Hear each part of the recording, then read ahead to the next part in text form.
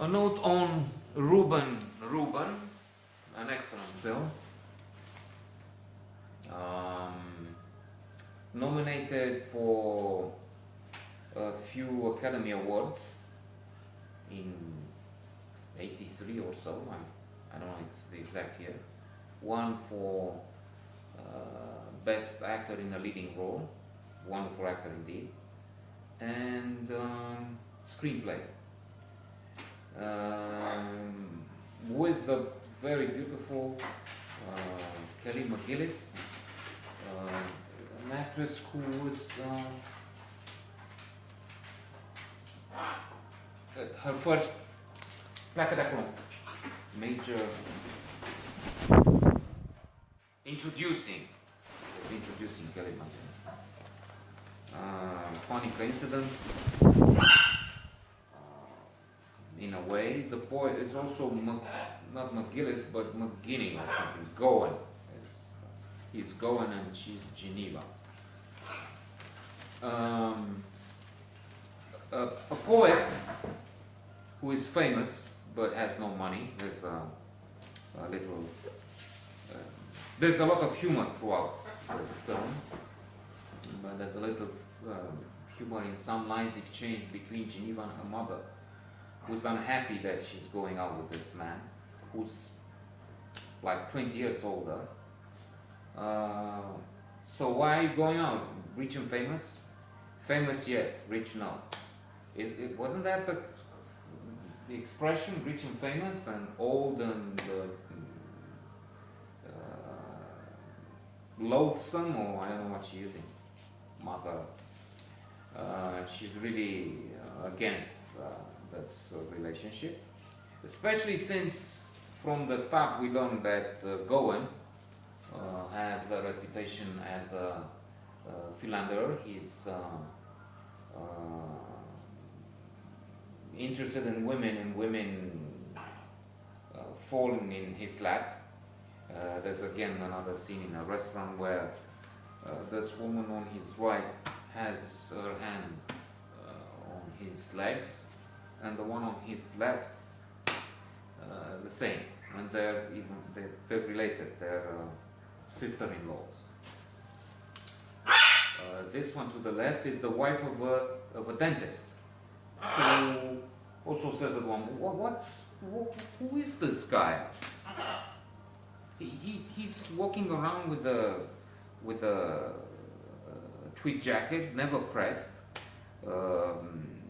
and there's nothing special about him. Why do they fall for him? Well, the wife says that perhaps because he's not a dentist, poking, targeting him, and eventually the dentist pays back.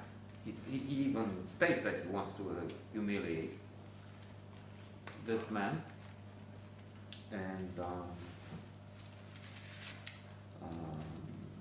he's far from perfect, even if likable, funny, smart.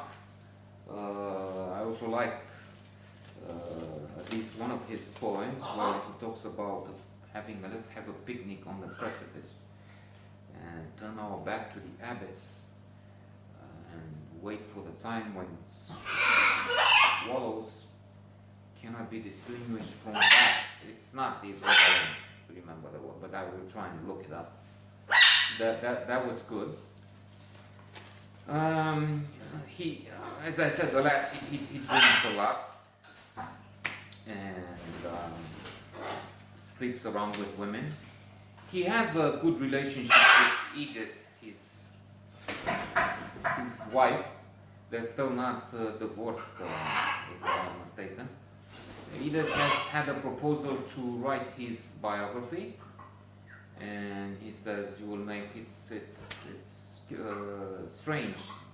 Weren't they interested in people after they died, authors? Well, but indeed, most good poets die young, so they probably expect that from me. And eventually you'll make more money out of this book about me than I ever did from poetry. it is clear that he lacks money. He's paid to read his poetry throughout the reading clubs, through reading clubs in the country. But then when he is invited for dinners or lunches, he takes up the offer. He says, I'm too poor to afford to refuse an invitation. He goes out with these people, they had their dinner, he goes out and he returns pretending he forgot his cigarettes, but that's only to extract the tip from under the bill and to leave a few coins. He's so strapped for cash. Waiters start to know him, and when he's with this beautiful, gorgeous Geneva for one evening out, the two waiters talk about, isn't this the guy who comes to steal the tip? Yes, he is. And he was also obnoxious when they bring chicken supreme. I didn't ask a baby, he was also drunk at that time, and most of the time. No, take it back. He's rude. So learning that this is the man who's stealing their tips, he brings back to mock him, a huge plate with a mountain of chicken legs. And upset, he pushes it to the floor. Geneva is embarrassed, and they go out from there in shame. At least in her case, he's beyond that. The love between this much younger girl and this bright individual has a set of problems. In his favor, we can say that Gowan realizes that he's not the best option for her. So I'd say that even if he loves her, in a jocular tone, he tells her he's not the best.